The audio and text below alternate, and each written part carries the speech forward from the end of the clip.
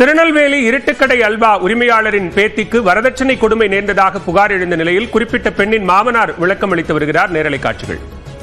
அவங்க என்ன மிரட்டுறப்போ நான் அவங்களுக்கு ஒரு மெசேஜ் அனுப்புறேன், இந்த மாதிரி கால் ரெக்கார்டெல்லாம் நான் உனக்கு காட்ட மாட்டேன், வேணா நாளைக்கு பிரச்சனை ஆகிறப்போ நான் பெருசு முன்னாடி வேணாலும் காட்டுவேன். ஆனால் இன்னைக்கு அது அந்த மாதிரி காட்டுற மாதிரி ஒரு நிலைமை வந்துருச்சு. அதை நான் ரொம்ப அதை நினச்சி நான் ஏன் அதை சொன்னேங்கிற வருத்தப்படுறேன்.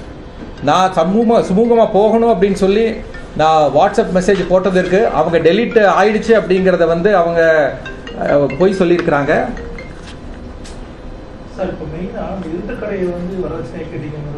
வீட்டுக்கடையை வந்து வாங்க முடியாதுங்க, ஏன்னா இருட்டுக்கடை அவங்களுக்கு வந்து ஒரு 700 நாள் தான் ஆகுது.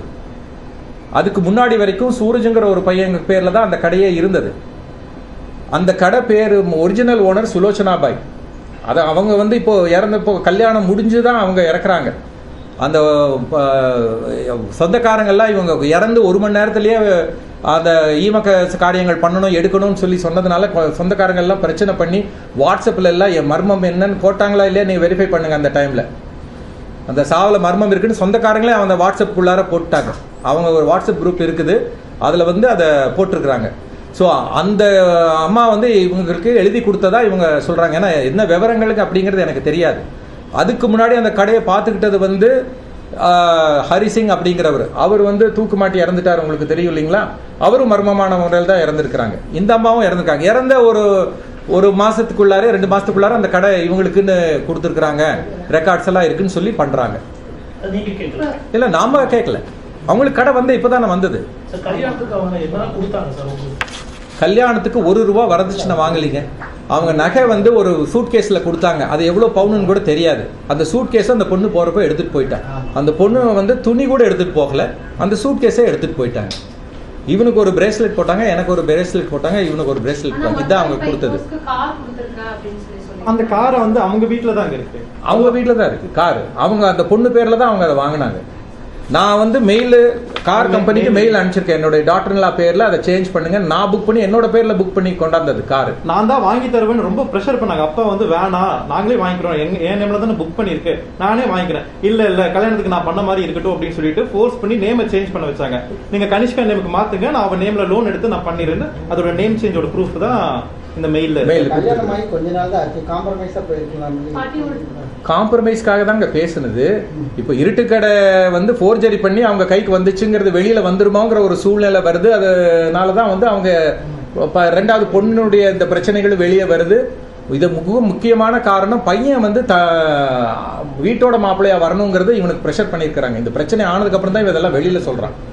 வீட்டோட மாப்பிள்ளையா நீங்க வந்துருங்க அப்படிங்கறது கட்டாயப்படுத்தி இவன் வரமாட்டேன்னு சொன்னதுக்கு அப்புறம் தான் ப்ராப்ளம்ஸே ஸ்டார்ட் ஆகுது. அதுவும் இல்லாமல் சண்டே இன்னைக்கு வந்து day Wednesday, Sunday that is 4 days back நான் கனிஷ்காவுக்கு ஃபோன் பண்ணி நான் பர்சனலாக சாரி கேட்குறேன். அந்த சாரி கேட்ட ரெக்கார்டும் இருக்கு, ஆனால் அது ஹிந்தியில் இருக்கு. நான் சாரியும் கேட்குறேன். ரீசன் என்ன, நான் காம்ப்ரமைஸ் ஓகே எந்த பிரச்சனையும் வேண்டாம் காம்ப்ரமைஸா போயிடலாம் அப்படிங்கிற ஒரு ரீசனுக்காக தான் நான் சாரி கேட்டேன். நான் கொன்னுருவேன் அப்படின்னு அடிச்சு துரத்தின ஒரு பொண்ணு கூட இவன் எப்படி கேஷுவலா பேச முடியும்? அதுதாங்க அதெல்லாம் வந்து பேஸ்லெஸ் அக்யூசேஷன்ஸ் தான் நான் சொல்லுவேன். அப்படி ஒரு பண்ற ஒரு பையனா இருந்தா எப்படி பேசுவான்? போன்ல பேசுவேன். அந்த மாதிரி போன்ல பேசுறதா இருந்தா அந்த பொண்ணு எப்படி எடுக்கும்? அந்த பொண்ணு கேஷுவலா என்கிட்ட பேசுது, நானும் அந்த பொண்ணு கிட்ட கேஷுவலா பேசுறது. That is 3 days back, exactly 3 days back அது நடக்குது. மே 20 வரைக்கும் ஏதோ ராகு கேது பயிற்சி வந்து ஆகலை, அதனால மே 20ஆம் தேதி வீட்டுக்கு அனுப்பிச்சு வைக்கிறோங்கிறத கடைசியாக அவங்க சொன்னது. இவன் வீட்டோட மாப்பிள்ளையா வரமாட்டான், அவங்க பெண்ணினுடைய தவறுகள் வெளியில வந்துருச்சு, அதுக்கான கால் ரெக்கார்டு இருக்குங்கிறத அவங்களுக்கு நேற்று தான் தெரியும்.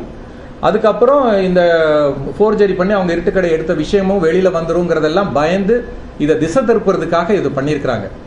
இதை வந்து சீஃப் மினிஸ்டருக்கு செல்லுக்கு அனுப்பிச்சு ஏதோ எங்கள் குடும்பத்தினால பிரச்சனை அப்படின்னு எல்லாம் சீஃப் மினிஸ்டர் கையில் இல்லாத அதிகாரம் எதுவுமே இல்லை. என்னுடைய குடும்பத்தை பற்றியும் விசாரிக்கட்டும், அவங்க குடும்ப பின்னணியும் விசாரிக்கட்டும் என்ன ஏதுன்னு. ஏன்னா இப்போ எல்லாமே வெட்ட வெளிச்சம் ஆயிடுச்சு. அதில் நான் வந்து அந்த மாதிரி செய்யக்கூடிய ஆளாக என்னுடைய பின்னணி என்ன, என்னுடைய பிஸ்னஸ் அல்லது என்னுடைய ப்ரொஃபஷனுடைய 30 வருஷ பாரம்பரியம் என்ன அப்படிங்கிறது எல்லாமே பார்க்கட்டும். நான் வந்து கோர்ட்லேயும் சரி, வக்கீல்கள் அமைப்புலையும் சரி பொறுப்பில் இருந்த ஆள். நான் அதை இருக்கிறப்ப நான் என்னென்ன பண்ணேங்கிறது இன்னைக்கும் சாட்சியாக நீதிமன்றங்களில் இருக்குது. அப்படிப்பட்ட ஒருத்தர் மேலே இப்படிப்பட்ட ஒரு அபாண்டமான பழி சுமத்தி பண்ணியிருக்கிறாங்க. நான் இன்னைக்கு உங்கள் மூலமாக நான் சிஎம்க்கு நான் வைக்கிற கோரிக்கை என்னன்னா, இன்னைக்கும் ஜிஎஸ்டி ஆஃபீஸில் அவங்க ஃபோர்ஜரி பண்ணி எடுத்த டாக்குமெண்ட் இருக்கு. அதை அப்படியே மூடி மறைச்சு அந்த சம்பந்தப்பட்ட பையனை வந்து அடைச்சி வச்சு உதச்சு எல்லாம் எழுதி வாங்கியிருக்கிறதா நான் சந்தேகப்படுறேன். எனக்கு அது உறுதியாக தெரியல. அதை வந்து வெரிஃபை பண்ணி அந்த பையனுக்கு, இந்த உண்மையான இருட்டுக்கடை ஓனருக்கு நியாயம் வாங்கி கொடுக்கணும் அப்படிங்கிறத நான் முதலமைச்சருக்கு உங்க மூலமா நான் வேண்டுகோள் வைக்கிறேன். பையன் வந்து டெக்னோவிஸ்டா பிரைவேட் லிமிடெட் அப்படிங்கிற கம்பெனியினுடைய மேனேஜிங் டைரக்டர். அவர் இருட்டுக்கடை அல்வா உரிமையாளரின் பேத்தி வரதட்சணை புகார் தெரிவித்த நிலையில் இது தொடர்பாக பெண்ணின் மாமனார் விளக்கமளித்த நேரலை காட்சிகளை பார்த்தோம். விவரங்களை பின்னர் வரும் தொகுப்புகளில் பார்க்கலாம்.